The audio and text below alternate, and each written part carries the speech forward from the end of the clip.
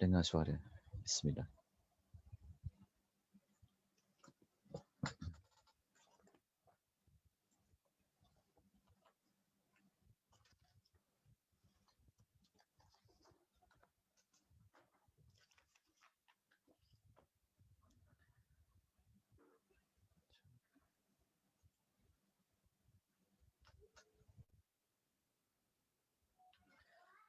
Bismillahirrahmanirrahim. Alhamdulillah.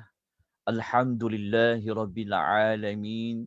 Wassalatu wassalamu ala ashrafil anbiya'i wal mursalin. Wa ala alihi wa sahbihi ajma'in. Ashhadu an la ilaha illallah wahdahu la sharika lah.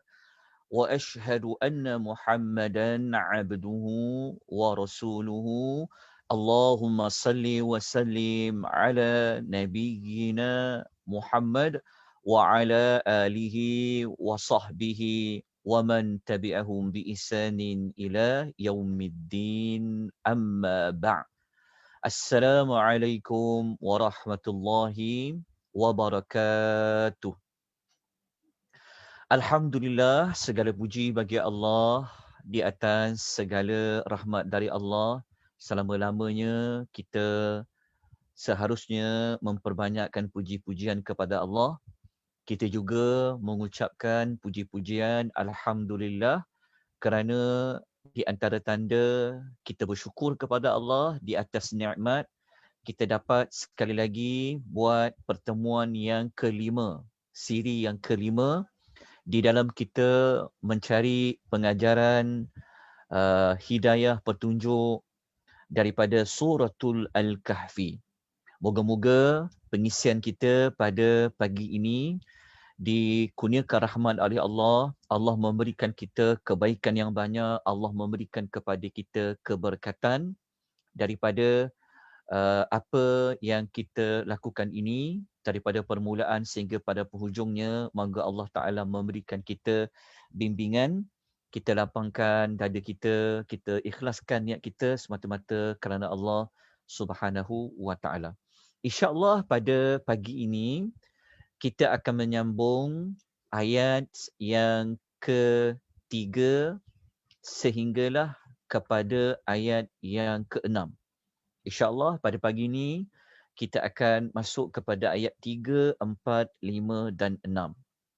Untuk nota, kita mengguna nota yang telah pun diserahkan kepada tuan-tuan pada minggu yang lepas. Maknanya, siri yang kelima pada pagi ini kita menggunakan nota yang berada pada siri yang keempat.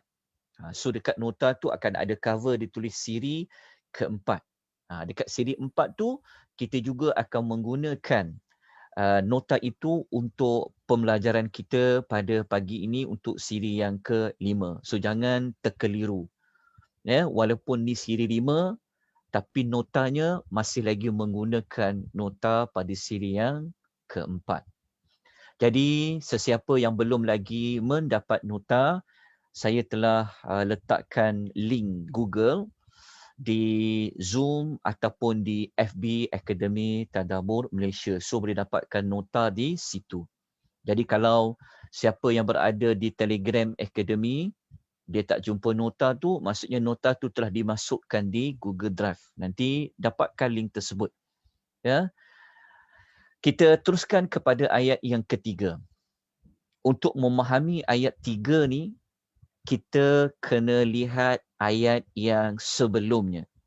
Kerana ayat 3 ini, dia berkait rapat dengan ayat yang kedua.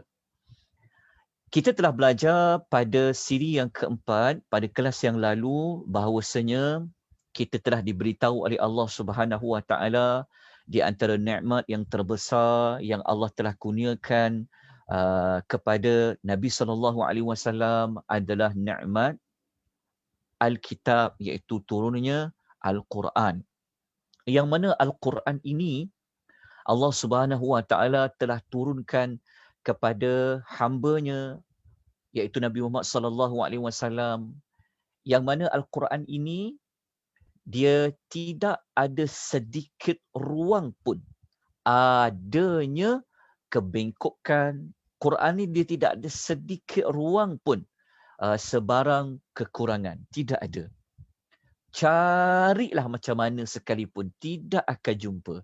Kalau cari dengan penuh teliti sekalipun, memang tidak akan temui. Quran ini, dia tidak bengkok, dia tidak ada kekurangan dari semua sudut. Maklumat itu telah kita jelaskan pada ayat pertama dengan ayat yang kedua. Bukan sekadar Allah Ta'ala menafikan Quran ini tidak ada sebarang kekurangan, bahkan Allah menetapkan qayyima, ianya amat benar, ianya adalah amat lurus. Kemudian kita telah belajar pada minggu lepas bahawasanya Al-Quran ini fungsinya adalah untuk menakut-nakutkan mana-mana manusia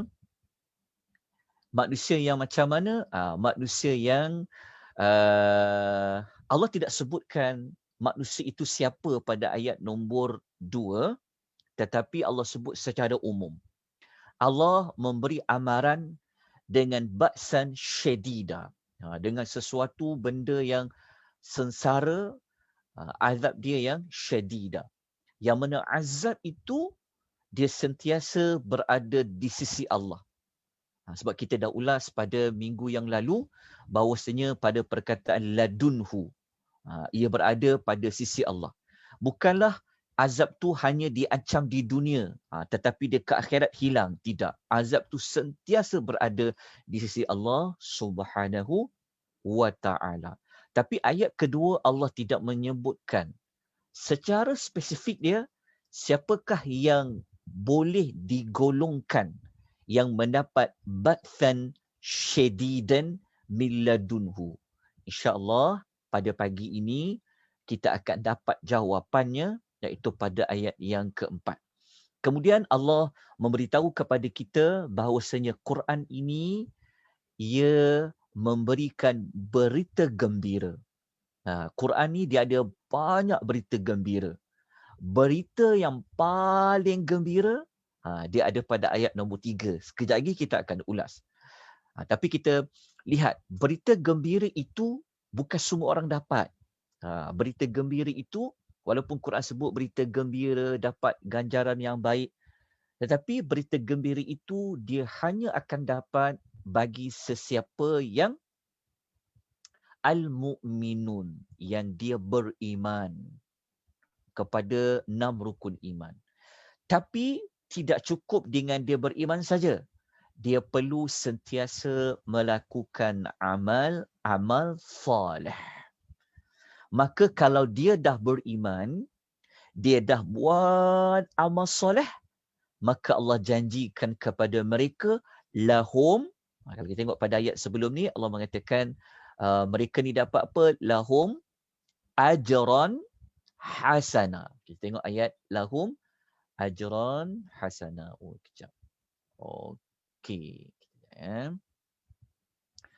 Ayat nombor lahum ajran hasana. Okey, pada ayat nombor 2 kan, perkataan anna lahum ajran hasana.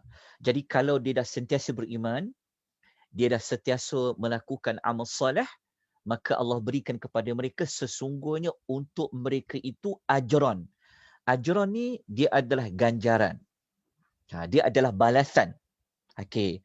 Tetapi Allah mensifatkan balasan tu, Allah kata hasana.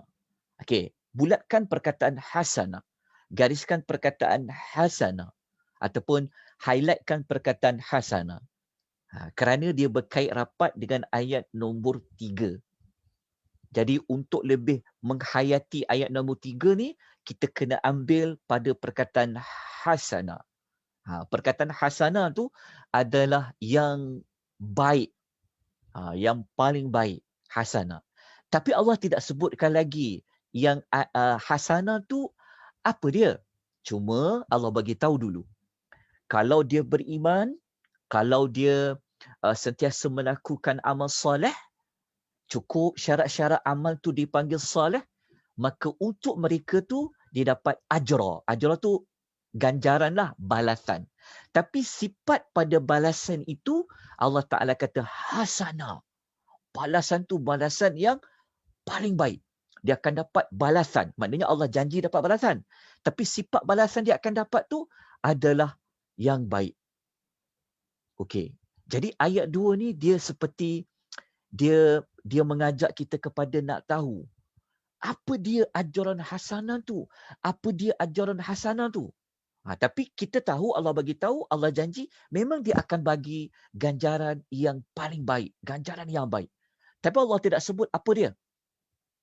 Tapi dia pasti akan dapat. Maka kita dah dapat perkataan hasanah kan? Kenapa Allah guna perkataan hasanah? Kenapa tak kata lahum ajran kabir, besar ke? Kenapa tak guna ajran azim ke? Kerana dia dikaitkan, antara sebab dia kerana nak dikaitkan dengan orang-orang yang buat amal-amal yang soleh tadi. Kerana amal-amal yang soleh ni dia termasuk dalam istilah amal yang terbaik. Jadi amal yang terbaik tu apa? Amal tu adalah amal yang soleh. So amal yang soleh tadi diganjar dengan apa? Dengan ajran hasanah. Okay, dengan balasan yang baik. Maka ayat 2 ni dia, orang yang dah buat, dia beriman, dia buat amal kebaikan tu, dia tak sabar-sabar nak tengok apa dia ganjaran hasanah tu. Maka ayat 3 memberikan jawapan dia. Okay, tengok ayat 3.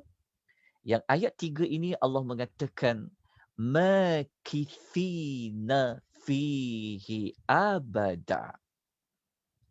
Makithina fihi abada. Okay, makithina sebenarnya maknanya apa?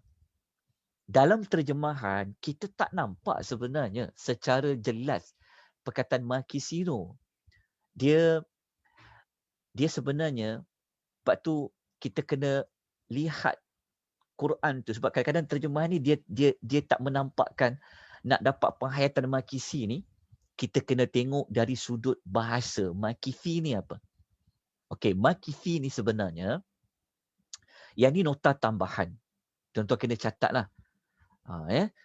Kena catat. Banyak beberapa nota-nota tambahan yang saya akan berikan maklumat. Okey, makisi ni apa? Okey, catat. Makisi ni, perkataan makasa. Dia makisin, dia terdiri daripada huruf mim, kaf, sa, sa. Al-makthu, makasa. Apa maksud mim, kaf, sa tu? Okey. Perkataan al-makisin, makisin, kejap ya. Dia sebenarnya, kalau kita rujuk dalam kamus, dia ayat-ayat Quran ni, dia punya terms, dia punya istilah, ada satu kamus, ada satu dictionary yang salah satunya namanya adalah Mufradat li Alfazil Quran. Al-Gharib Al-Asfahani, beliau mengatakan perkataan makithin ni dia daripada huruf mim, kaf, sa, makasa, al-makthu. Apa maksud dia? Beliau mengatakan makasa ni maksudnya adalah sabatun ma'antidharin. Maksudnya dia adalah satu perbuatan dia menetap sambil menunggu. Maksudnya dia tak ke mana-mana, dia tunggu je. Itulah sebenarnya perkataan makithin. Okey, ambil dulu perkataan ni, lepas tu nanti kita masukkan perkataan ini nanti, maksud ini kepada ayat 3 untuk kita rasa macam kita nak ada lebih penghayatan. Sebab tadi ayat 2 Tuhan kata mereka akan dapat ganjaran yang baik. Kan? Jadi kita tahu Allah janji dekat kita. Jadi kita menanti-nanti janji tu. Sebab tu perkataan makithin ni sebenarnya dia adalah perbuatan kita menunggu-nunggu. Menunggu-nunggu. Maksudnya kita tak ke mana-mana, kita duduk je dekat situ. Maksudnya kita menunggu-nunggu dengan penuh, dengan apa? Dengan penuh harap. Menunggu-nunggu. Menunggu-nunggu apa? Nak menunggu-nunggu apa ganjaran yang baik tu? Apa dia ganjaran baik tu? Jadi untuk lebih faham lagi perkataan makithin tadi, Allah pernah menggunakan perkataan makithin tadi pada suratul Qasas. Dia ada banyak ayat lain lah. Antaranya kalau kita rujuk dalam suratul Qasas, ayat nombor 29. Surah yang ke-28, kisah Nabi Allah Musa alaihi salam. Yang mana Nabi Musa dengan isteri dia, dengan isteri dia, baliklah. Maknanya Musa selepas 10 tahun dia berada dekat Madian, dia nak balik semula ke rumah kampung, dia nak balik Mesir, dia nak balik ke Mesir. Jadi on the way, dia nak balik ke Mesir tu, dia nampak dekat satu bukit tu, dekat bukit Tursina tu dia nampak api. Jadi dia pesan dekat isteri dia. Dia pesan apa? Tengok perkataan tu dia kata. Dia kata qala auzubillahi minasyaitonir rajim. Allah mengatakan qala li ahlihim. Dia iaitu Musa kata kat isteri dia. Dia kata umkusu, dia kata li amlihil kuthu. Dia kata dia pun tak perkataan mim kaf tha. Dia sama macam makithin. Tapi dalam konteks ayat ni Nabi Musa kata dekat isteri dia, tunggu ya kat sini, berhentilah. Maksud dia kata tunggu ya. Maksud dia kata jangan pergi mana-mana, tunggu. Tapi tunggu tu maksudnya mestilah isteri dia tunggu. Kenapa dia suruh isteri dia tunggu? Sebab dia kata inni anas tunara. Sesungguhnya aku melihat api tu. Maknanya Musa dia nampak api dekat Bukit Tursina, dia nampak cahaya. Jadi dia kata kat isteri dia, dia kata imkusu, dia kata tunggu kat sini ya. Maksudnya isteri dia menunggu dalam keadaan dia menanti-nanti. Apa yang suami dia nak cari ni? Tapi suami dia kata, Musa kata tunggu kat sini. Jadi perkataan makithin ni, dia adalah perbuatan yang menunjuk kepada kita tunggu, kita tak ke mana-mana dengan penuh apa? Dengan penuh harapan. Macam isteri dia tadi tu tunggulah. Dia nak tengok apa api tadi tu. Maksudnya apa cahaya yang suami dia nak pergi tengok tadi tu. Jadi perkataan makithin dalam ayat 3 ni sebenarnya kalau tepat dia sebenarnya adalah mereka menunggu fihi di dalamnya. Betul lah tu terjemah mereka tetap tinggal tu. Soalannya kita dah nampak macam kalau tetap tinggal ni macam dia macam ni. Dia nampak macam masuklah. Tapi sebenarnya makithin ni dia macam kita kan ada orang janji. Nanti saya nak bagi hadiah. Contoh kan. Kita pun menanti-nanti. Oh, surprise-nya apa hadiah tu. Itulah kita yang menunggu nak dapat hadiah tu. Itulah makithin. Jadi kita menunggu apa? Kita menunggu Tuhan kata annalahum ajra hasana. Ayat nombor 2. Tuhan kata kamu akan dapat ganjaran yang baik. Jadi orang yang dijanjikan itu, maka dia makithin fihi, dia menunggu-nunggu di dalamnya. Di dalam ni ayat 3 ni tunggu kat mana? Tunggu dalam syurga. Tapi Allah tidak sebut syurga tu. Tapi kita tahu jawapan dia sudah pasti dia akan syurga. Okay, nanti saya akan kukuhkan lagi. Macam mana kita nak tahu ia adalah syurga? Sekejap saya akan bagi maklumat tambahan. Tapi dapat tak maksud makithina fihi? Maksudnya mereka tetap tunggu dalam syurga tu menunggu macam mana sebenarnya? Nak tunggu ajran hasanah tu apa? Maksudnya mereka menunggu apa balasan Allah nak bagi, apa nikmat Allah nak bagi. Sebab tu orang dalam syurga ni sentiasa dia mendapat nikmat yang baru. Selalu menunggu. Dia syurga ni bukan dia dapat satu nikmat tu sama je tak. Dalam syurga ni Allah bagi nikmat yang ni nikmat baru Dia rasa macam best je. Best tu dia rasa bertambah. Itulah sebenarnya yang nak disebutkan pada perkataan makithina fihi. Sebab dalam Quran kadang-kadang kita jumpa perkataan abada tu. Perkataan abada tu abadi, selama-lamanya. Tapi ada perkataan makithina fihi ni dia lain, dia punya perasaan dia. Dia lain gambaran dia. Sebab biasanya Quran akan guna khalidina fihi abada. Betul tak kerja perkataan khalidin kan?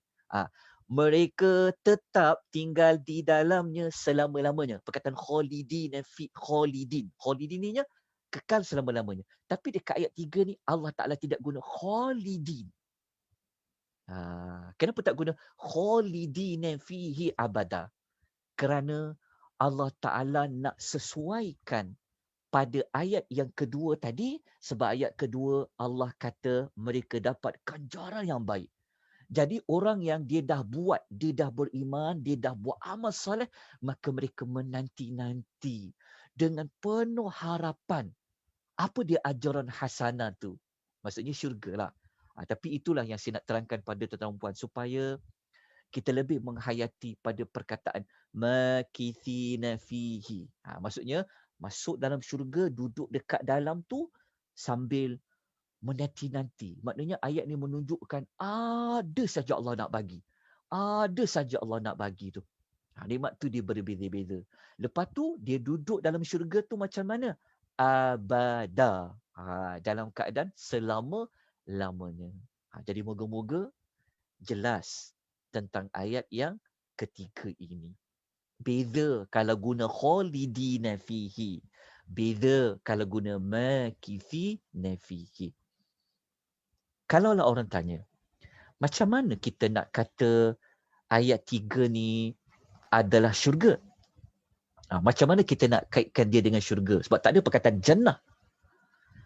Di sinilah kita memerlukan ayat-ayat Quran yang lain yang nak menunjukkan bahawa yang ajran hasana makithina fihi abada adalah syurga. Saya minta tuan-tuan catat beberapa maklumat tambahan. Okey. Kenapa Allah Ta'ala menyebut perkataan hasana tadi?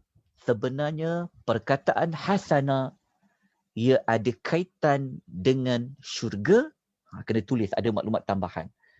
Kita nak belajar pada pagi ini nama-nama bagi syurga. Nama-nama maksudnya dia bukan syurga tu ada 2, ada 3, ada 4. Bukan. Syurga tu satu je. Tapi dia ada banyak nama. Syurga ni satu. Tapi nama bagi syurga tu dia ada banyak nama. Salah satu nama bagi syurga dia dipanggil dengan nama Al-Husna. Saya bulatkan dengan merah tu.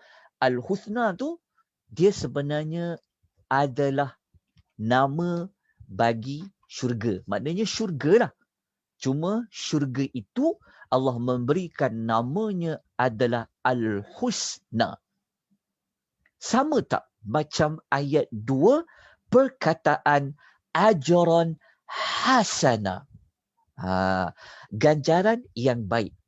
Jadi nama syurga ni dia juga dinamakan dengan nama Al-Husna, iaitu yang paling baik. Disesuaikan. Dia dapat ganjaran yang baik. Ganjaran yang baik itu apa? Adalah syurga. Kenapa? Kerana syurga itu salah satu namanya adalah Al-Husna. Macam kan perkataan husna ni kan, kita kata Allah Ta'ala ada nama yang Al-Husna. Yang paling baik, yang paling indah. Okey, saya tunjukkan dalilnya. Al-Husna dia adalah nama syurga. Kita gunakan surah Al-Kahfi juga untuk dapatkan jawapan. Al-Husna ni dia adalah syurga. Okey. Ayat nombor 88 dalam suratul Kahfi.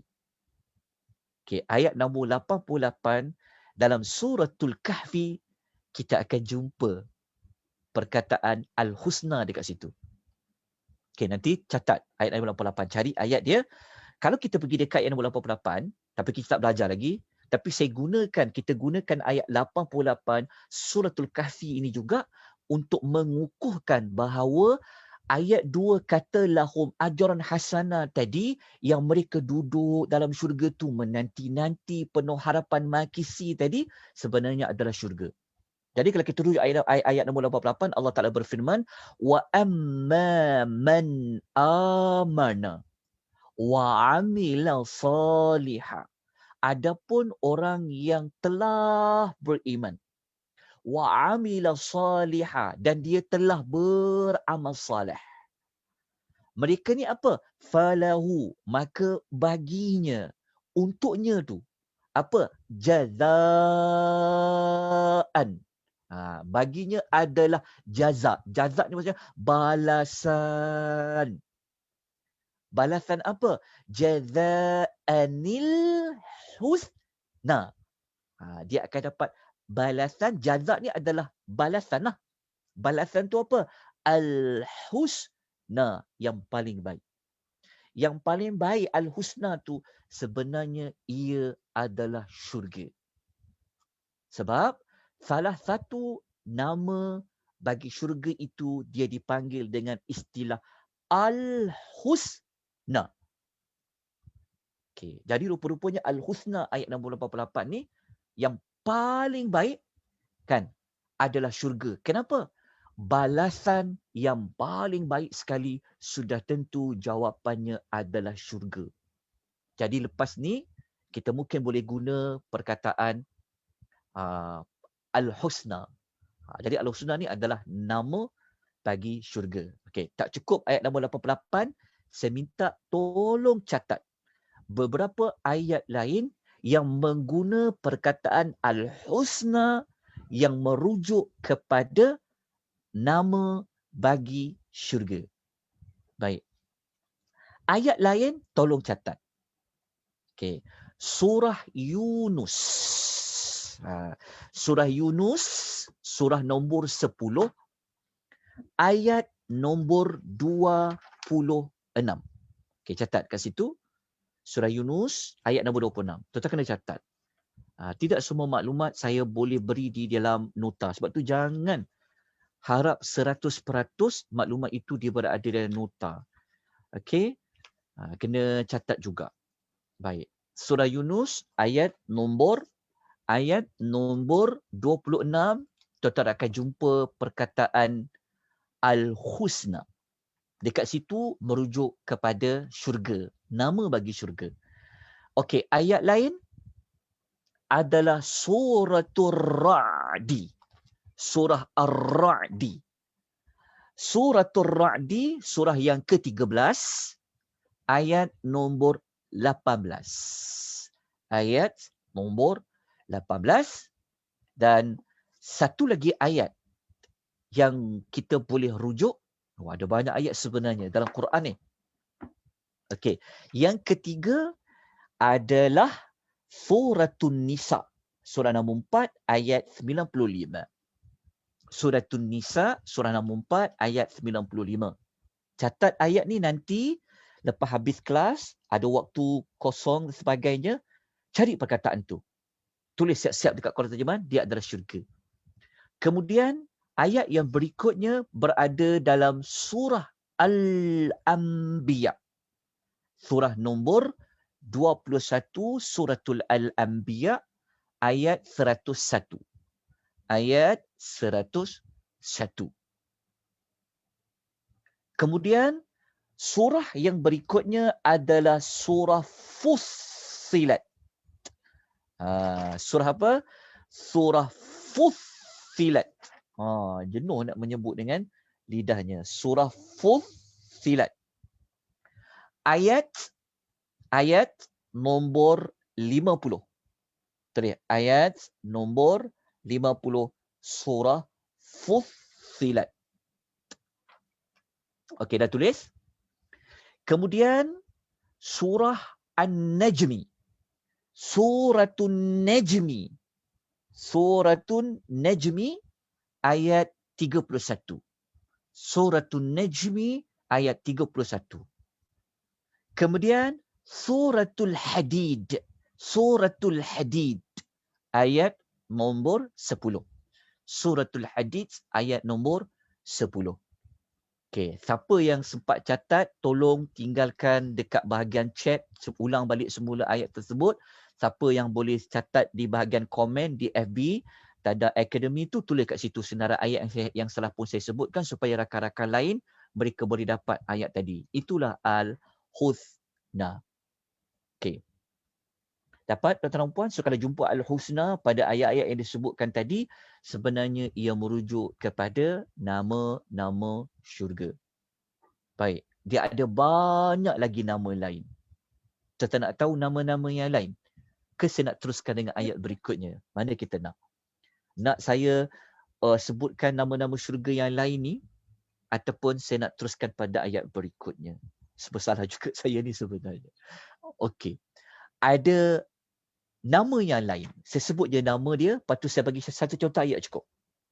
Saya bagi ayat banyak dekat Al-Husna tu sebab kita nak kaitkan jawapan kenapa Allah menggunakan ajran hasana, kenapa tak guna ajran kabir, ajrun azim, kerana dikaitkan dengan perbuatan hasanah tadi.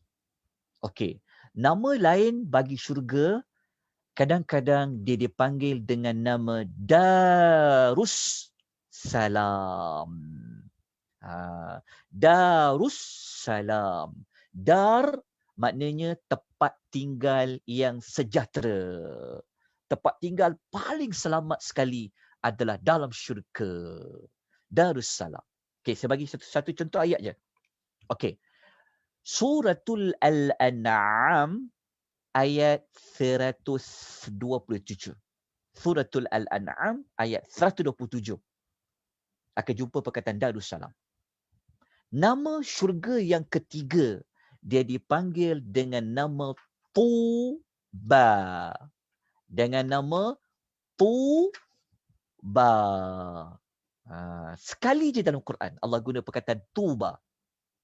Tuba ni maksudnya apa? Tuba ni sebenarnya dia nak menunjukkan kepada makna maksudnya makna dia adalah tempat tinggal penuh nikmat lah sebenarnya Tuba ni. Okey, Tuba ni sekali je Allah guna dalam Quran.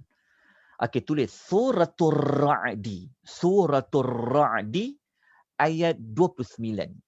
Suratul Ra'di ayat nombor 29. Kita akan jumpa perkataan Tuba. Dia merujuk kepada syurga. Okey. Kemudian nama syurga yang lain, kadang-kadang Allah menggunakan nama Al-Firdaus. Al-Firdaus. Nama Al-Firdaus, dekat mana ada perkataan Al-Firdaus? Ada dua tempat kan? Salah satu perkataan Firdaus ini dia ada pada Suratul Al-Mu'minun. Tulis Suratul Mu'minun ayat nombor 11. Suratul Al-Mu'minun ayat nombor 11. Firdaus. Dan kadang-kadang Allah menamakan syurga dengan nama Al-Hayawan. Al-Hayawan. Al-Hayawan bukanlah maknanya haiwan. Tapi Al-Hayawan maknanya apa? Maksudnya adalah Al-Hayawan ni maksudnya dia merujuk kepada segala sesuatu yang hidup. Maksud dia kita dalam syurga ni adalah tempat kehidupan yang sebenar-benarnya. Kehidupan yang terus menerus. Dekat situlah sebenarnya kita nak hidup. Maka kadang-kadang Allah nama dia dengan nama Al-Hayawan. Ayat Quran yang berkaitan tolong tulis. Suratul Al-Ankabut. Suratul Al-Ankabut ayat nombor 64. Akan jumpa perkataan Al-Hayawan. Jelas? Kemudian yang berikutnya kadang-kadang Allah mengguna dengan istilah Darul Muqamah. Darul Muqamah. Muqamah tu tempat bermukim lah. Darul Muqamah. Maknanya dar adalah tempat untuk kita bermukim. Kita nak menetap dekat mana? Syurga. Sekali je Allah guna perkataan Darul Muqamah yang merujuk kepada syurga, adalah surah Fatir. Tu dia. Surah Fatir ayat nombor 35. Ayat nombor 35. Dan nama yang lain kadang-kadang Allah guna dengan nama maqamun aminin. Maqam amin. Maqam ni maqam lah. Tempat tinggal, tempat bermukim yang amin. Amin ni adalah yang aman.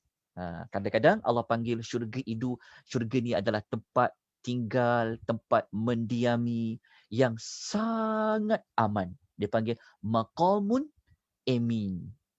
Okay, dalam surah apa? Sekali je Allah pernah guna perkataan ini. Allah gunakan dalam suratul Dukhan ayat nombor 51. Suratul Dukhan ayat nombor 51. Akan jumpa perkataan maqamu amin. Okey. Kongsikan kepada rakan-rakan yang lain. Okey, saya beri maklumat tambahan ni kerana saya nak mengkaitkan dengan nama Al-Husna. Itulah sebenarnya jawapan yang ayat 3 tadi kata makithina fihi abada, maksudnya mereka yang berada di dalam syurga itu sentiasa menanti-nantikan nikmat-nikmat yang Allah Ta'ala nak beri kepada mereka, yang mereka sambil menanti-nanti itu mereka duduk di dalam itu abada, selama-lamanya. Okey, selesailah ayat yang ke-3. Okay. Maaf Ustaz. Al-Hayawan tadi surah apa Ustaz? Saya tercicir. Al-Hayawan. Surah Al-Hayawan. Tak, yang Al-Ankabut. Al-Hayawan. Al-Ankabut. Al-Ankabut. Al-Ankabut ayat ke 64. Okey, terima kasih Ustaz. Okey. Ada lagi yang tertinggal? Tak dapat catat? Tak dapat catat? Yang lain okey Ustaz. Okey. Saya teruskan dengan ayat nombor 4. So ayat nombor 3 tadi, nanti dekat penghujung kelas kita akan ambil pengajaran dia. Okey. Jadi kita dapat belajar bahawasanya syurga ni lah sebenarnya tempat. Ya, Cik Rahmat. Darussalam. Darussalam yang pertama sekali ke? Okey, Darussalam dia ada 2 ayat sebenarnya. Tapi Cik Rahmat dah tanya, saya jawablah 2 ayat tu. Tadi disebut sekali kan? Okey, Darussalam pertama ia berada pada suratul Al-An'am. Al-An'am 1. Ayat 127. Yang kedua ia berada pada surah Yunus. Ayat 25. Suratul Yunus ayat nombor 25. Okey, ada lagi yang tak dapat? Syukran. Wa iyyakum Cik Rahmat. Ustaz. Ya. Maqamul amin tadi tu. Minta maaf. Ke ayatnya? Apa? Maqamun amin. Maqamun amin. Suratul Dukhan ayat 51. Surah yang ke-44 Ad-Dukhan ayat nombor 51. Innal muttaqina fi maqamin amin. Itulah ayat dia. Okey, jelas. Dapat ya? Okey, tak apa. Tak perlu kita kejar-kejar, tapi kita dapat maklumat tu. Okey. Maknanya di sini pelajaran kita dapat apa? Tempat tinggal yang kita akan pergi, yang kita nak cari. Bukan tempat tinggal sekarang yang kita sedang hidup. Kita akan tinggalkan rumah yang besar, rumah yang kita tak habis-habis lagi hutangnya kan. Monetarium ada banyak faedah pula sebagainya. Tak, sebenarnya ini bukan tempat tinggal kita.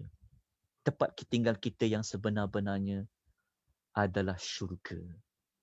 Kita akan hidup di dalamnya dengan penuh keabadian. Dalam tu selamat. Dalam tu aman. Itu dipanggil Darussalam. Maqamun amin. Dekat dalam syurga tadi. Tapi syarat. Syaratnya ambil ayat 2 tadi. Apa dia? mesti beriman dan mesti sentiasa melakukan amal-amal soleh. Ada kat situ. Okey, selesai untuk ayat 2. Okey, kita pergi kepada ayat yang keempat. Ayat keempat berbunyi, A'udzubillahi minasyaitonirrajim wa yunziral ladzina qalu ittakhadzallahu walada. Wa yunziral ladzina, dan perkataan wa tu adalah dan, yunziral ladzi, untuk sentiasa. Wa yunzira ni sentiasa memberikan inzar. Inzar ni sama macam liyunzira, macam ayat yang ke-2 tu. Wa yunzira sama macam liyunzira. Tapi wa yunzira ni dia merujuk kepada sentiasa memberi amaran, sentiasa memberikan peringatan. Kepada siapa? Alladzina, kepada orang-orang. Orang tu siapa dia? Qalut takhazallahu walada. Yang mereka telah berkata. Yang berkata tu maksudnya yang telah berkata. Mereka kata apa? Ittakhazallah. Allah Ta'ala ini telah mengambil walada, anak. Maksudnya mereka mengatakan Allah Ta'ala ni dia mempunyai anak.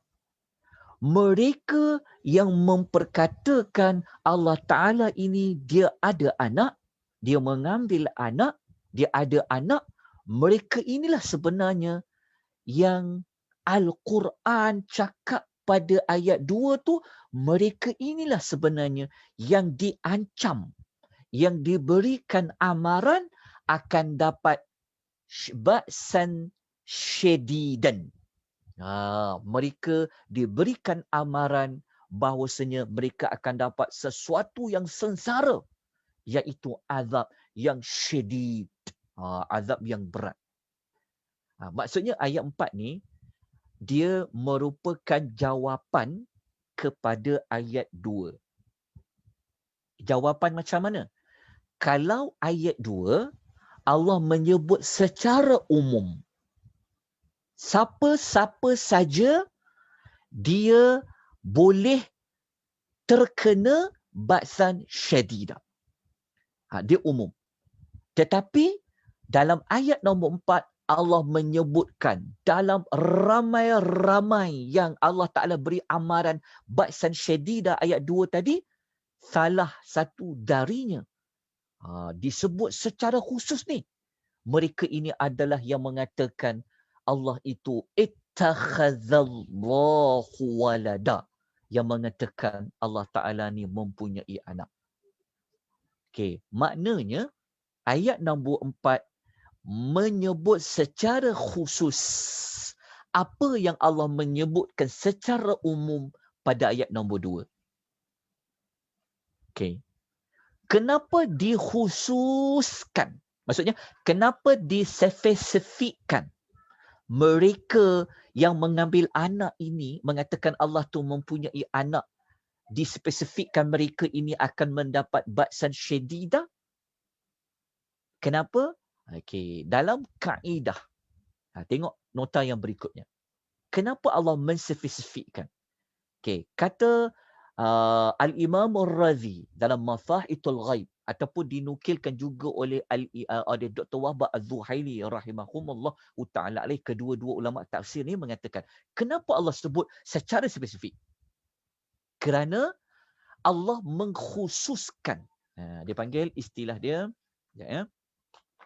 Allah mengkhususkan menyebut sifat orang-orang tersebut. Okey, tulis dekat nota. Orang-orang tersebut tu siapa? Orang-orang tersebut tu maksudnya ayat 4 tadi itulah. Yang mereka mengatakan Allah Ta'ala ni mempunyai anak. Kenapa disebut mereka secara spesifik? Kerana nak menunjukkan bahawa itulah seburuk-buruk bentuk kekufuran, kemaksiatan kepada Allah. Maksudnya, dalam perbuatan yang paling buruk, yang paling teruk dalam bentuk-bentuk kekafiran ni, maksudnya dalam banyak-banyak orang kafir yang melakukan kekufuran, yang paling dahsyat, yang paling berat adalah mengatakan Allah Ta'ala itu dia mempunyai anak. Sebab itu mereka disebut secara jelas pada ayat nombor 4. Sedangkan ayat nombor 2 disebut umum saja. Itu dipanggil kaedah. Kalau sesuatu itu disebut secara khusus, dispesifikkan dia setelah ada yang umum, menunjukkan itu ada keagungannya, ada nilai tambahnya. Dia sama ada pada yang baik ataupun pada yang buruk. Okey, jelas? Dekat situ. Okey, dapat jawapan dia. Okey. Kalau ditanya lagi, kenapa? Ada apa? Kenapa sampai dia menjadi perbuatan maksiat yang paling buruk, perbuatan kufur yang paling buruk? Kalau mengatakan Allah tu dia ada anak. Kenapa? Okay. Kerana kalau mengatakan Allah Ta'ala itu mempunyai anak, kan? Kenapa dijatuh kepada syirik? Kenapa dijatuh kepada kekufuran? Kerana kalau Allah Ta'ala tu dia ada anak, so dia akan membawa makna juga ada Tuhan lain selain Allah. Tuhan lain tu siapa? Tu anak dia. Sebab kalau anak, dia mesti ada ciri-ciri persamaan dengan bapa. Kan? Dia ada gen bapa dia. Bapa borek, anak rintik kan. So kalau Allah Ta'ala ni dikatakan ia mempunyai Tuhan, na'udzubillah. Kan satu perbuatan yang sangat besar, maka akan ada dua Tuhan. Dua Tuhan tu siapa? Tu anak dia Tuhan juga. Jadi tak perlulah cari bapa dia. Tak payah minta kat bapa dia. Minta je dekat anak dia. Kan anak dia pun Tuhan. Jadi anak dia tu nanti akan jadi orang tengah. Jadi akan jadi wakil menggantikan bapaknya. Sebab itu Allah tak bagi menyembah patung-patung. Orang yang menyembah patung-patung ni sebenarnya mereka jadikan patung berhala tu sebagai orang tengah kepada Tuhan. Sebab tu dengan Allah Ta'ala tidak boleh ada orang tengah. Tidak perlu ada wakil. Terus kepada Allah Subhanahu wa Ta'ala. Kenapa perlu orang tengah tu? Kenapa perlu ada wakil? Sebab orang tengah tu pun sudah memiliki sifat ketuhanan. Sebab tu tak boleh. Satu bentuk kesyirikan. Jelas? Dapat tak perkaitan dia? Sebab tu dalam surah Al-Ikhlas Allah Ta'ala kata lam yalid wa lam yulad. Allah tidak mempunyai anak dan tidak juga diperanakkan. Rupanya dekat situ besarnya kekufuran tu. Maknanya kita mengatakan Tuhan tu ada dua. Sebab apa? Sebab anak dia tu pun tu Tuhan. Tak nampak tak alasan dia? Justifikasinya. Kenapa Allah Ta'ala memberikan mereka ancaman dengan ba'san syadidan. Dan ancaman tu kita dah sebut dah. Bila-bila je boleh diancam. Sebab perkataan milladunhu. Okey, jadi dekat sini, ini masih lagi 10 ayat pertama ya. Sebab kita nanti dekat 10 ayat pertama, kita ulang balik untuk mencari justifikasi kenapa 10 ayat pertama ini boleh elak daripada Dajjal. Kerana kita tahu pada siri yang kedua, pada siri yang ketiga, bahkan yang kita sebut tentang Dajjal kan. Kenapa? Kerana Dajjal itu dia mengaku dia Tuhan. Jadi sesiapa yang mengaku Dajjal itu Tuhan, dia telah mensyirikkan Allah. Dalam hidup manusia ni, kan walaupun Dajjal tak ada, tapi sudah ada perbuatan yang menduakan Allah itu, antaranya yang sangat berat mengatakan Allah Ta'ala itu dia mempunyai anak. Okey, dah faham? Okey, kita jelaskan lagi. Kita jelaskan lagi tentang ayat-ayat lain. Okay. Kita tak cukup dengan ayat nombor 4 saja. Sebab ayat nombor 4 ni kalau kita nak kukuhkan lagi maknanya, nak bagi tahu besar sangat ke Ustaz. Mengatakan Allah Ta'ala ada anak ni, dia besar lah. Maksudnya kalau nak bagi jawapan, kalau orang kata apa bukti bahawasanya mengatakan Allah ada anak ni merupakan kekufuran yang besar. Jadi kita nak jawab. Kalau saya tanya tuan-tuan puan lah, macam mana kita nak bagi jawapan? Tadi saya nak bagi jawapan dah sebenarnya. Macam mana kita nak bagi jawapan? Siapa boleh bagi jawapan? Macam mana kita nak jawab? Guna dalil sama dalam Suratul Kahfi. Okey, tak apa. Saya jawablah. Cara dia, macam kita sebut tadi itulah. Dia ayat tu disebut secara khusus. Maksudnya disefisifikkan setelah ayat 2 kata umum. Maknanya sesuatu itu dia agung, sesuatu itu dia ada kebesaran dia, sama ada pada baik atau buruk, kalau disebut secara khusus perkara itu setelah adanya keumuman. Maksudnya macam tu. Contohnya, pelajar-pelajar saya semua pandai. Antaranya Muhammad. Kenapa disebut Muhammad? Kan? Walaupun semua pandai. Tapi kenapa sebut spesifik? Nak mengagungkan Muhammad tu. Dia sama macam kaedah macam kita baca surah Al-Qadar. Kan? Kita baca turun malaikat kan? Tanazzalul malaikatu warruh. Maksud macam ni. Malam Al-Qadar tu turun malaikat. Malaikat umum lah. Maksudnya semua malaikat. Tiba-tiba disebut Jibril. Warruh. Dia sebut. Dan roh tu malaikat Jibril. Kenapa sebut Jibril? Sedangkan Jibril sudah dipanggil malaikat. Itu kaedah Quran. Kena faham tu maklumat ni. Maknanya kalau suatu tu dia umum, tiba-tiba disebut secara khusus daripada yang umum. Maksudnya kalau tak sebut benda tu tak apa sebab dia dah masuk bawah tajuk umum. Tapi kalau disebutkan secara spesifik, menunjukkan ia ada sesuatu yang berat sama ada pada baik atau yang buruk. Itu jawapan dia. Okey, tetapi untuk kita belajar Quran, nak tadabbur ayat, nak kukuhkan makna ayat ni, nak bagi ada lagi rasa sangat berat kalau kata Allah tu ada anak, kita kena menggunakan ayat-ayat lain yang temanya sama, topiknya sama untuk mengukuhkan lagi ayat 4 ni. Okey, dalam nota saya dah bawa contoh. Okey, kita tengok dulu surah Maryam. Ayat nombor 88 sampai 92 surah Maryam. Surah yang dekat-dekat ni dengan surah Al-Kahfi.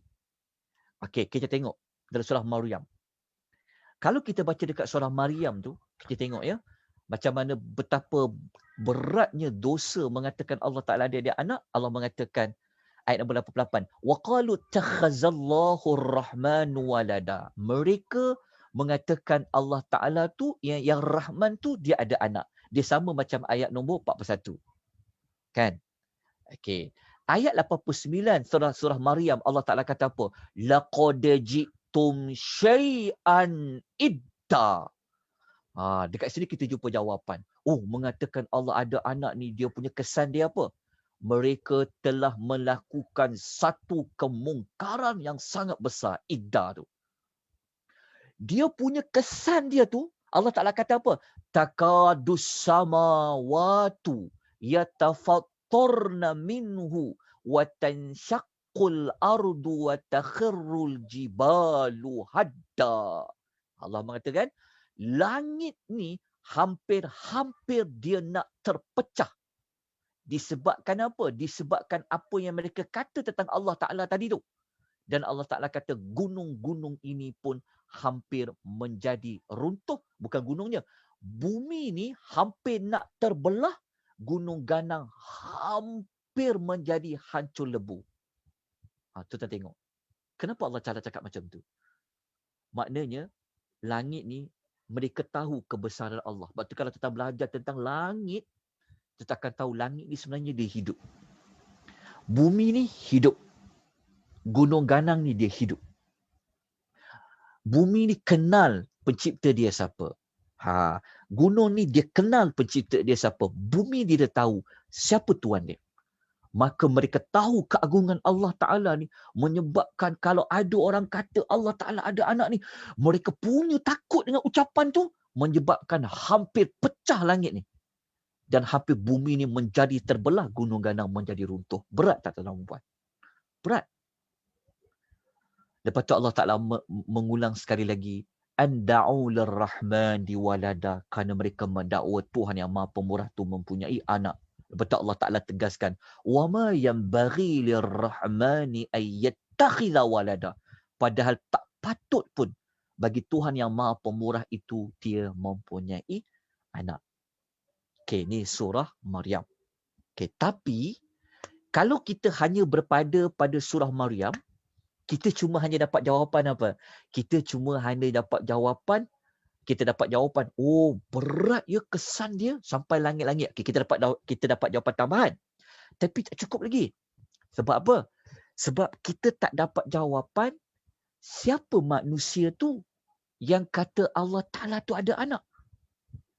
Sebab itu penting sangat. Kalau nak faham sesuatu ayat, tidak boleh cukup dengan ayat tu je. Dia kena cari ayat lain yang tema dia sama, topik dia sama. Jadi, kita cari ayat lain, kita jumpa dalam surah Taubah. Kita dapat jawapan dia. Siapa manusia yang qalu tadi tu? Sebab dalam surah Al-Kahfi ayat nombor 4, kita jumpa perkataan qalu, mereka itu. Tapi siapa dia? Tak dapat jawapan lagi. Buka surah Maryam tadi, tak tahu juga jawapan dia. Tapi buka surah Taubah, kita akan dapat jawapan dia. Antara manusia yang mengatakan Allah Ta'ala tu ada anak, ada dua kumpulan. Ada dua kumpulan. Tapi belum habis lagi. Baru dua. Pertama, Allah Ta'ala kata, وَقَالَتِ الْيَهُودُ أُزَيْرُ بْنُ اللَّهِ. Orang Yahudi itu mengatakan, Uzair ialah anak lelaki Allah. Tapi orang Yahudi saja ke Ustaz? Tak, ada satu lagi grup. Siapa dia? Waqalatin Nasara. Dan orang-orang Nasrani mengatakan Al-Masih ibnullah. Al-Masih adalah gelaran bagi Nabi Isa. Sekejap lagi saya bagi jawapan. Kenapa dia panggil Al-Masih? Kejap lagi.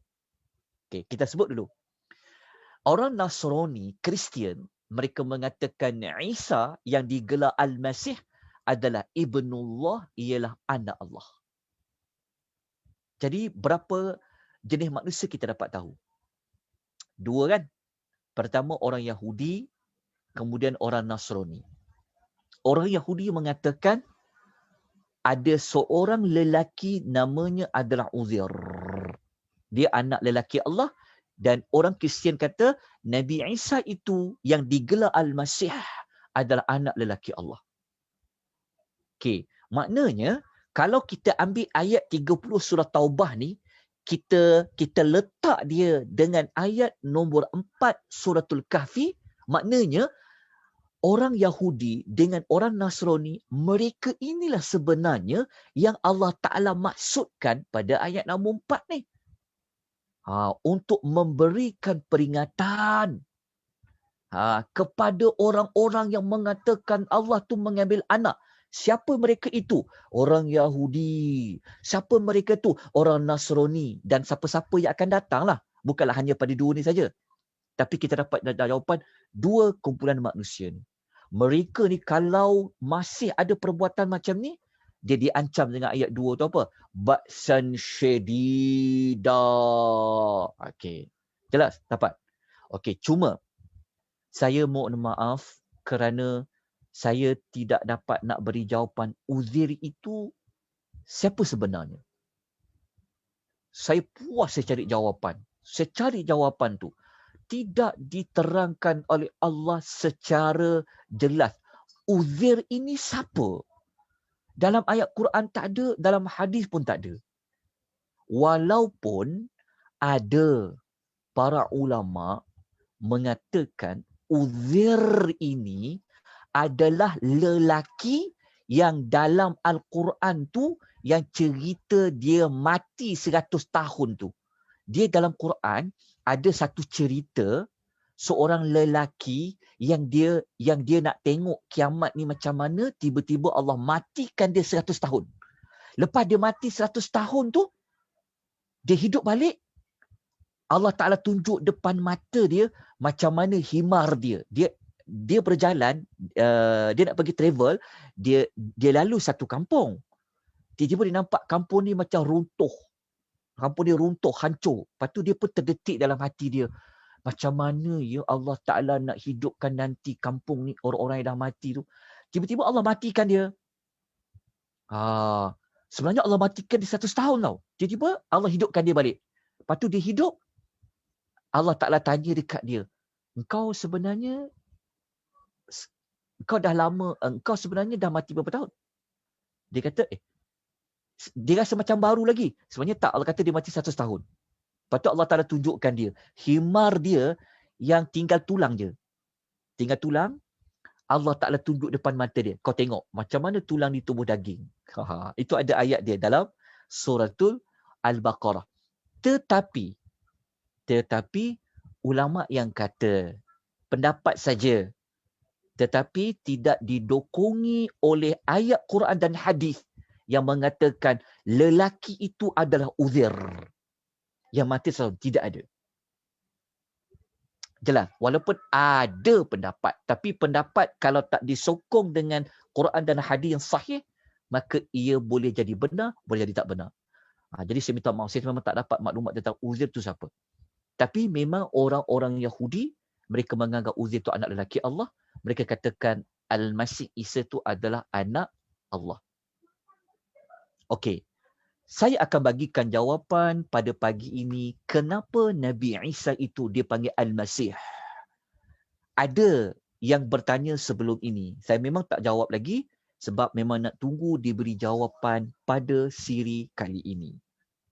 Okey, sebagai jawapan lengkap pada tuan-puan, kenapa Nabi Isa itu dipanggil Al-Masih dan kenapa Dajjal itu juga dia dipanggil dengan Al-Masih? Boleh? Tak perlu kita terkejar-kejar nak habiskan suratul Kahfi ni. Okey, perlahan ya kita belajar. Okey. Pertama, tolong tulis dulu. Berapa kalikah diulang perkataan Al-Masih?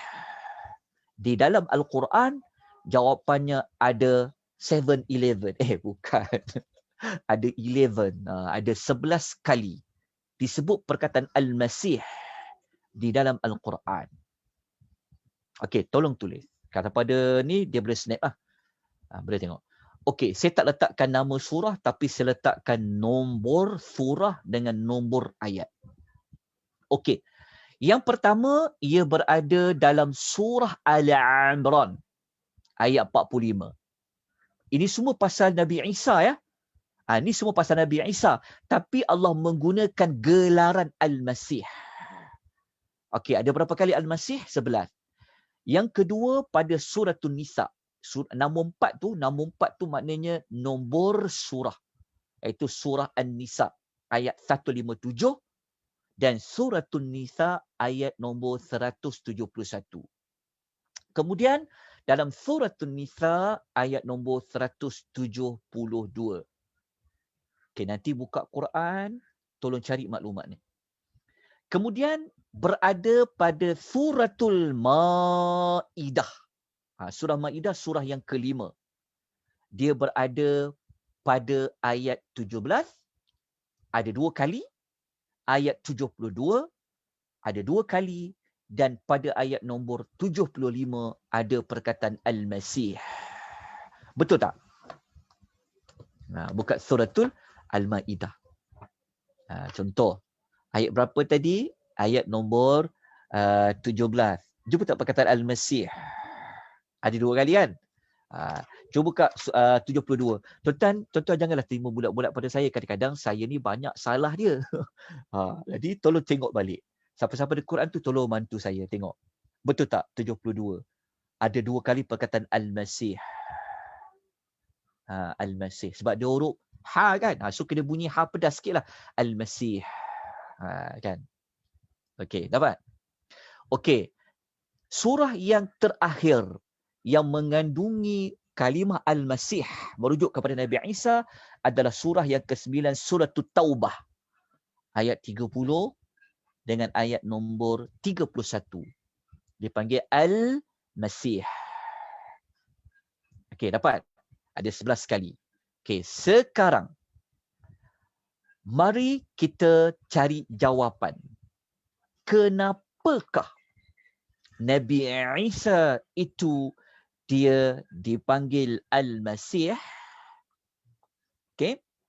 Kenapa? Kita ambil jawapan yang dapat jawapan. Maksud dia, Al-Masih ni, kenapa Nabi Isa dipanggil gelaran Al-Masih pada 11 kali dalam Quran?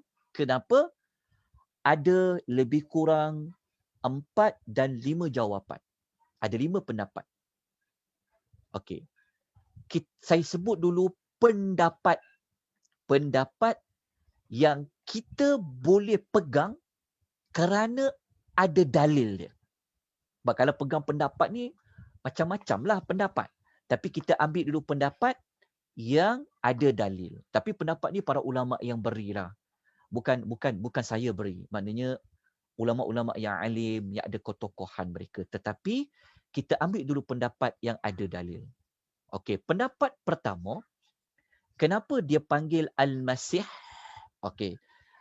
Perkataan Al-Masih dia terdiri daripada huruf mim, sin dengan ha. Mim, sin, ha kan? Mim, sin, ha, Al-Masih. Maksudnya kalau kita buang huruf ya pada Al-Masih tu, ada perkataan mim, sin, ha, Al-Mashu. Okey.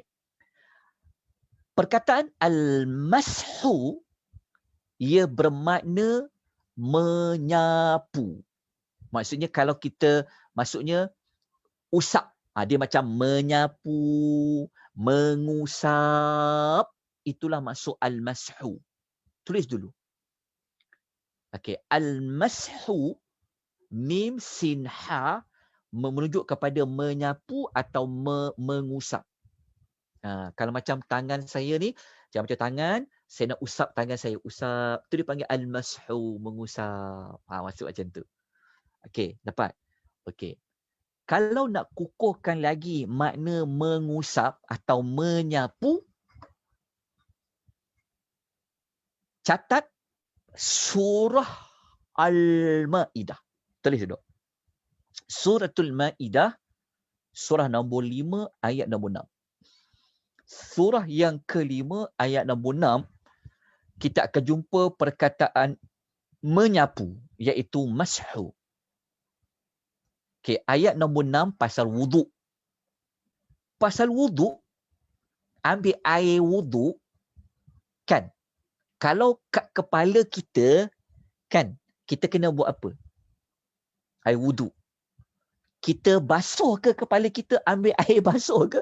Kalau tangan, Tuhan kata apa? Farsilu. Tuhan kata basuh.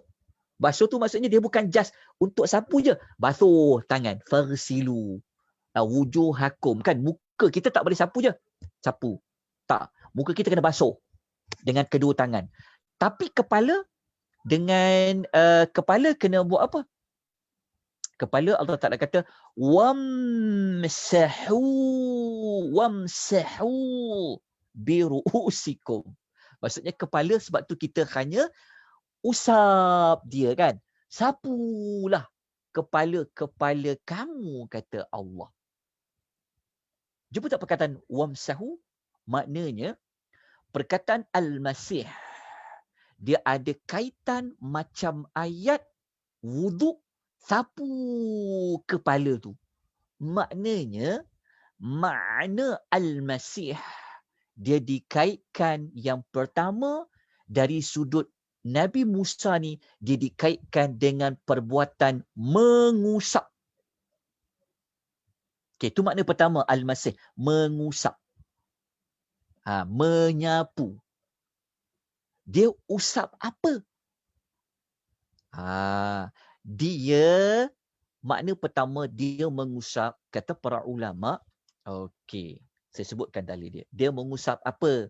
Okey, Nabi Allah Isa ni, dia ini ada mukjizat kalau tangan dia pergi usap mata orang yang buta sejak lahir, sembuh matanya boleh lihat.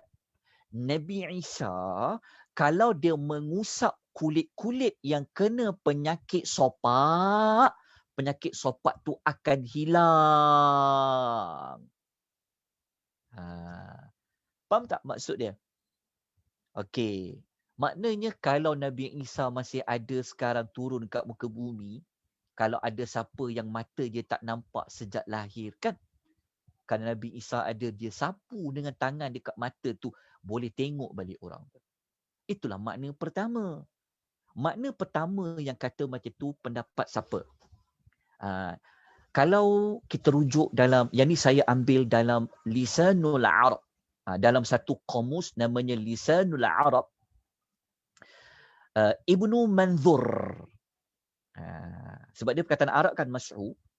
Kata Ibnu Manzur dalam Lisanul Arab, kenapa dia dinamakan Al-Masih? Dia kata, summiya bidzalika, dinamakan macam tu, dia kata, li'annahu kana yamsahu biyadihi 'alal 'alili.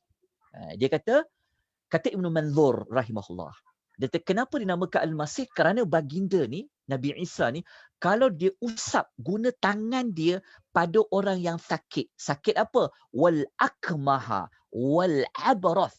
Orang yang buta sejak lahir, orang yang ada penyakit sopak sejak lahir, fayubri'uhu biiznillah. Maka orang yang penyakit buta dan sopak tadi, kusta tadi tu, penyakit sopak tadi, dia akan sembuh dengan izin Allah. Maknanya pendapat pertama. Ini kita ambil pendapat pertama dulu. Kerana ada dalil dia. Jadi saya sebut dalil dia. Okay, tapi pendapat pertama ni siapa yang cakap macam tu? Adalah Ibnu Manzur dalam Lisanul Arab. Dia sebut macam tu. Okey. Bukan sekadar Ibnu Manzur saja. Ulama tafsir pun kata macam tu. Ibnu Katsir contoh. Okey, maknanya apa? Nabi Isa ni, dia dinamakan Al-Masih. Dikaitkan dengan dia mengusap. Dia kalau ambil tangan Nabi Isa, kalau dia usap pada mata orang yang buta sejak lahir dengan penyakit sopak akan hilang. Itu maksud pertama. Okey, pendapat pertama ni ada dalil tak? Ada dalilnya. Saya sebutkan tuan-tuan dalil dia. Catat. Okey. Dalil ni saya nak guna balik sekejap lagi. Tentang tajuk Allah tu ada anak. Dia katakan Allah tak ada anak. Boleh ya? Boleh kita teruskan.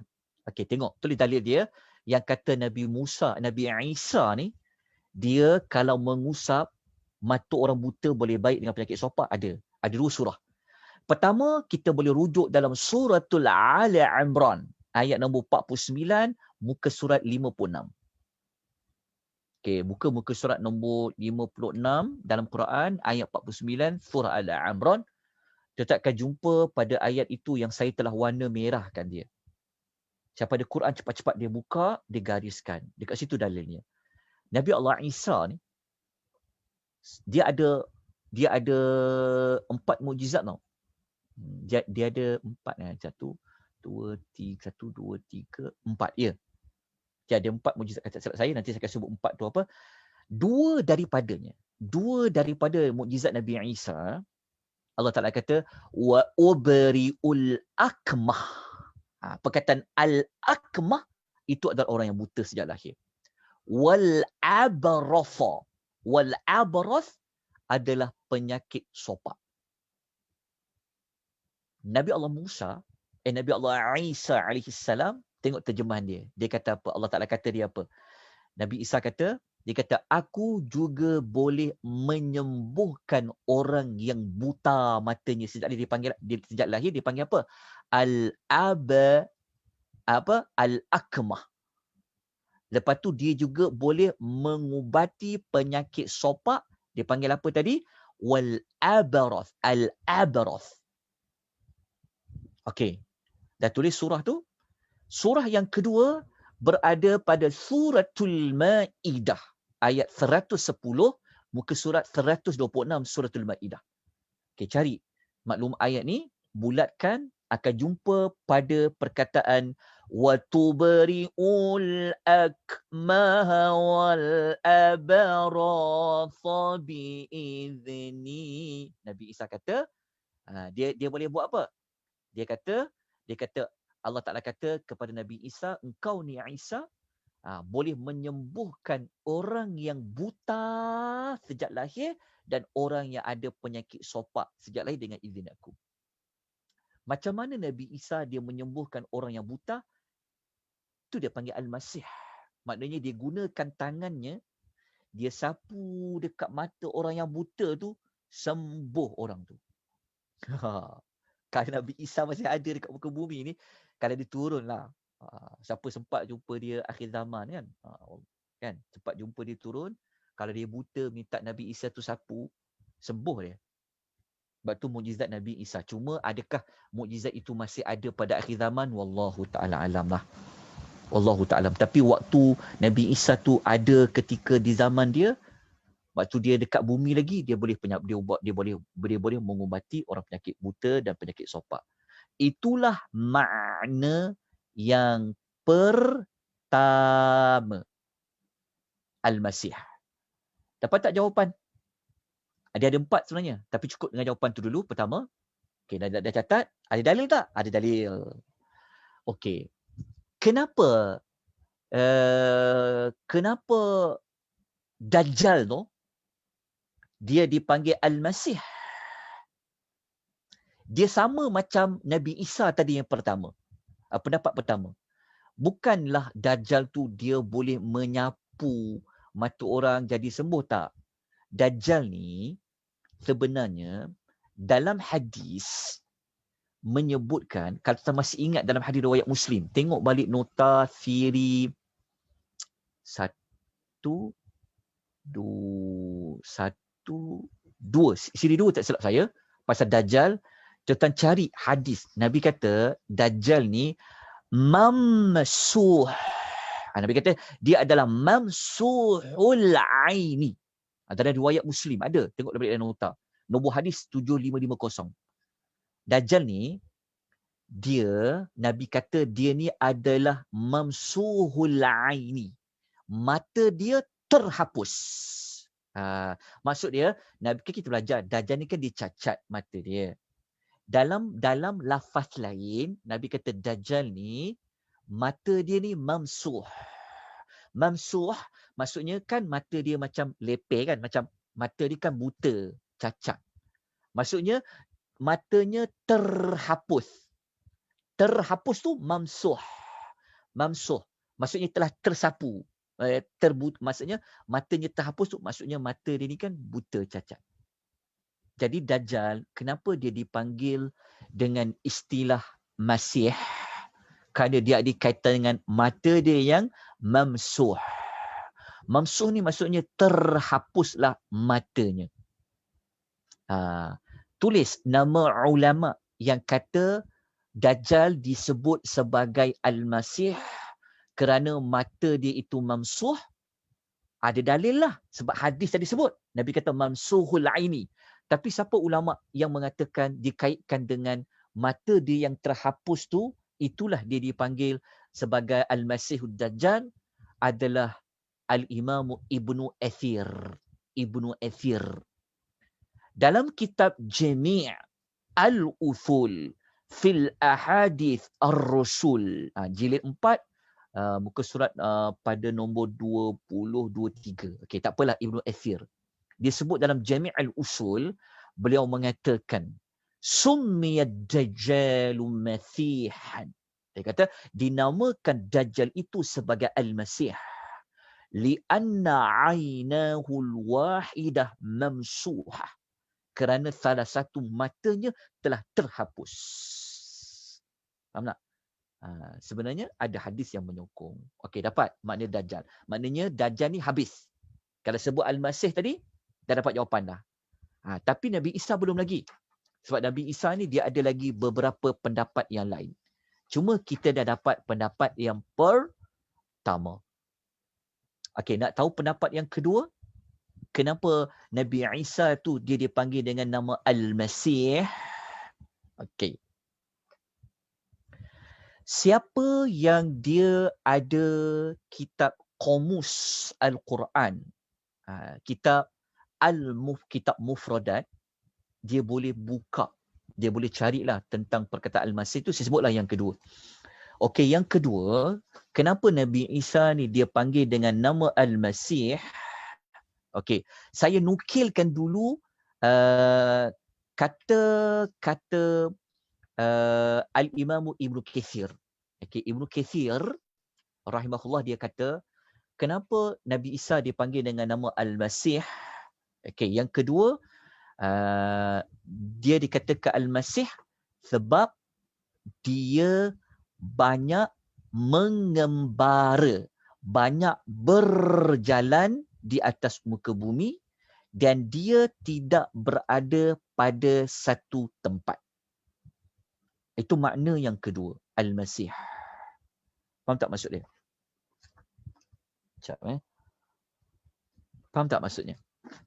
Al-Masih ni, dia dinamakan Al-Masih kerana dia banyak mengembara. Dia banyak berjalan. Dia tidak berada pada satu tempat. Ini pendapat Ibnu Katsir. Bahkan Ibnu Manzur dalam Lisanul Arab, nama kitab Qamus. Ni Qamus, dictionary, memang istilah bahasa Arab, dia banyak qamus lah. Yang popular namanya adalah Lisanul Arab. Ibnu Manzur mengatakan, dia kata, tapi bukan dia kata juga, dia pun quotekan kata orang. Dia kata ada ulama kata, dia kata waqilah. Ada ulama kata summiya bihi li'annahu kana sa'ihan fil ardi la yastaqirru. Dia kata ada ulama cakap, dia kata dinamakan dia dengan nama Al-Masih kerana dia banyak mengembara di muka bumi, la yastaqirru, dia tidak menetap di satu tempat. Pendapat yang kedua ni bukan sekadar Ibnu Manzur yang sebut, bukan sekadar Ibnu Katsir yang sebut, bahkan Al-Gharib Al-Asfahani dalam Mufradat dia juga menyebut perkara yang sama bagi pendapat yang kedua. Dia ada bawa banyak pendapat, tapi pendapatnya yang kedua tu yang kita sebut tadi sama juga ada dalam kitab Mufradat. Dia mengatakan, Al-Gharib Al-Asfahani mengatakan bahawasanya summiya Isa alaihi salam masihan likaunihi masihan fil ardi. Samalah macam pendapat kedua. Maknanya saya nukilkan ini bukan dari saya. Kita ni tak alim mana, kita tak apa-apa pun. Kita cuma kod pada ulama. Ulama ni pun kod juga sebenarnya. Tapi mereka orang yang faham bahasa Arab lah. Orang yang ada credibility. Sebab tu saya sebutkan nama-nama tadi. Supaya lepas ni janganlah cakap, Ustaz Yusof cakap. No. Tolong kodkan ulama-ulama ni. Saya cuma sampaikan saja. Okay, jelas Lepas tu saya sebut nama-nama tadi. Supaya kuat maklumat tadi. Okey, yang ketiga. Kenapa Isa ni dia dipanggil dengan nama Al-Masih? Yang ketiga, Ibnu Katsir rahimahullahu ta'ala alaih. Ni Ibnu Katsir Okey, rujuk tentang Ibnu Katsir. Ibnu Katsir kata, kenapa namanya Al-Masih? Dia kata kerana tapak kaki dia yang rata, yang tidak berlekuk.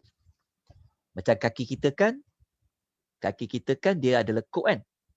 Tapak kaki kita kan. Mana ada yang leper. Betul tak kan? Dia maksudnya tapak kaki dia ni rata. Dia tidak ada lekuk-lekuk. Itu makna yang ketiga. Tulis kat situ. Siapa yang kata tu? Ibnu Katsir. Tulis kat situ Ibnu Katsir. Okey. Tapi tak ada dalil membuktikanlah. Dia tak macam yang pertama, pendapat pertama tadi. Sebab ada ayat Quran. Surah Maidah dengan Ali Imran. Pendapat kedua pun pendapat para ulama yang alim yang sebut. Pendapat ketiga ni Ibnu Katsir sebut. Okey, nombor 4. Kenapa dia dipanggil dengan Al-Masih? Okey. tulis nama ulama ni. Tulis Al-Gharib Al-Asbahani. Dalam kitab dia Qamus tadi tu, dia kata kenapa dia dipanggil Al-Masih? Dia kata, tapi bukanlah dia kata juga, dia pun kotkan para ulama. Tapi kita sebutlah nama dia supaya orang tahu nak rujuk dalam kitab apa. Okey, dia kata nama apa yang keempat kan?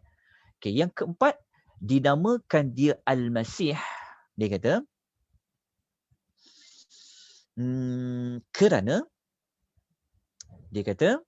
kerana kharaja min batni ummihi mamsuhan bidduhn. Maksud dia, mak itu Maryam, kenapa dia dipanggilkan Al-Masih? Kenapa Isa terpanggil Masih? Kerana waktu mak dia nak lahir ni, kita tahu kan, mak dia lahirkan dia kan tanpa bidan. Kan dia duduk seorang-seorang. Jauh daripada tempat orang, dilahirkan Isa. Tapi Isa tu dilahirkan macam mana?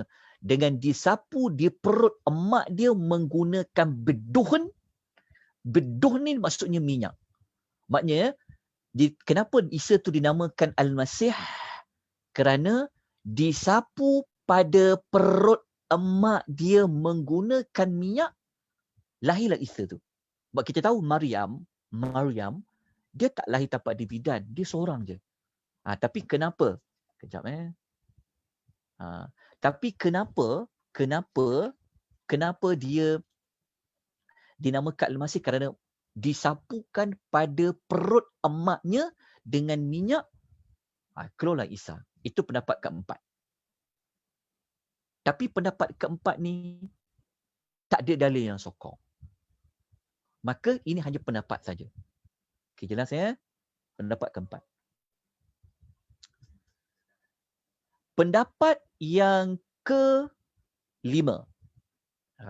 Pendapat yang kelima, kenapa dia dipanggil dengan nama Al-Masih? Okey, tulis pendapat yang kelima. Kenapa dia panggil dia dengan nama Al-Masih? Okey. Yang kelima, Nabi Isa ni kan perkataan Isa kan ain ya kejap.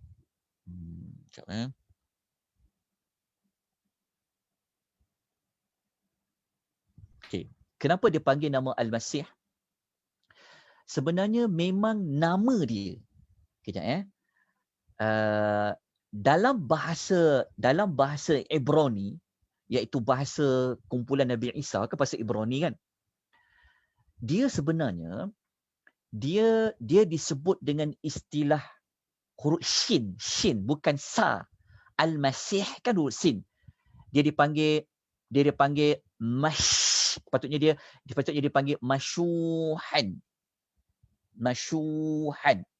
Kejap ya, tuan-tuan puan, saya ada pihak Telekom dia nak baiki saya punya Unify sekejap. Saya minta sekejap. Kejap. Kan dah cakap 12 setengah.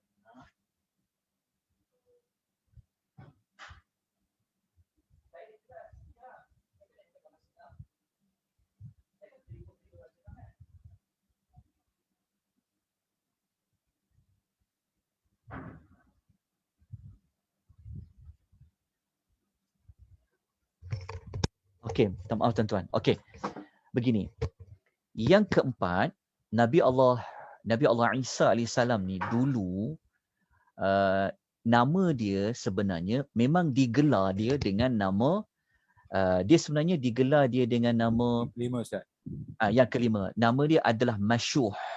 Dia sebenarnya dulu dia guna huruf shin. Dalam bahasa Ibrani dia digunakan huruf shin, Masyuh.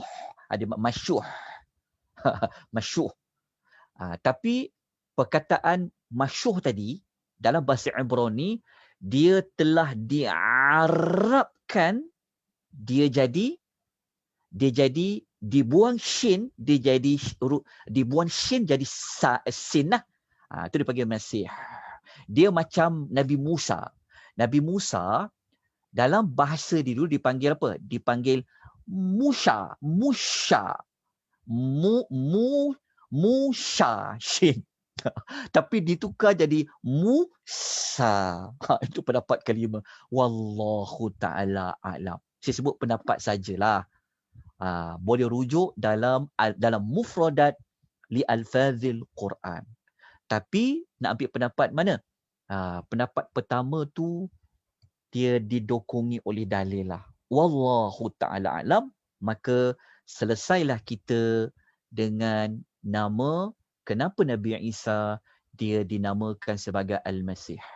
Jadi saya minta maaf kepada yang bertanya sebelum ini pada siri yang kedua dan ketiga saya tak jawab sebab saya memang nak tunggu memberi jawapan dia pada ayat ini. Lepas tu saya kata tunggu, saya akan berikan jawapan dia.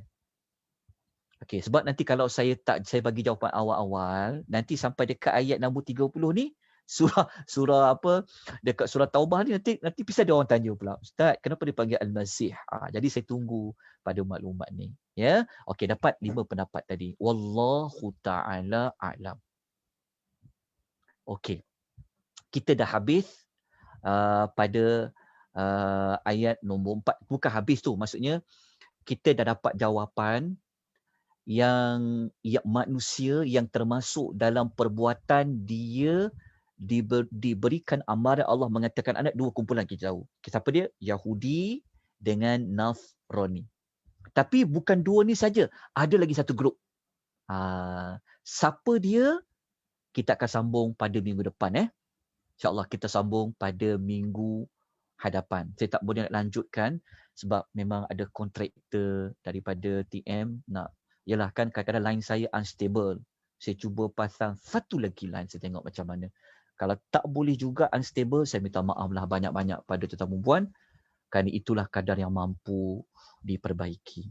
Okey, selesai tuan-puan? InsyaAllah ya. Tapi tak habis lagi. Ayat nombor 4 ni kita sambung nanti minggu depan.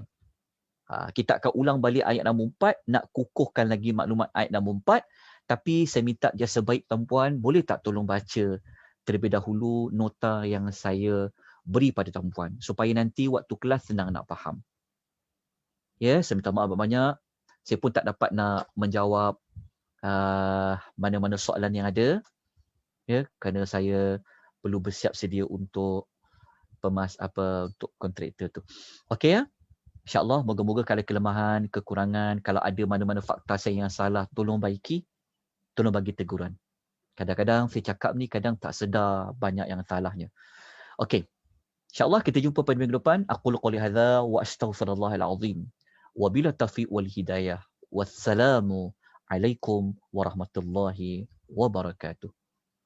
Wal 'asr innal insana lafi khusr illa alladhina amanu wa 'amilus salihat wa tawassaw bil haqq wa tawassaw bis sabr. Terima kasih, Ustaz. Sama-sama.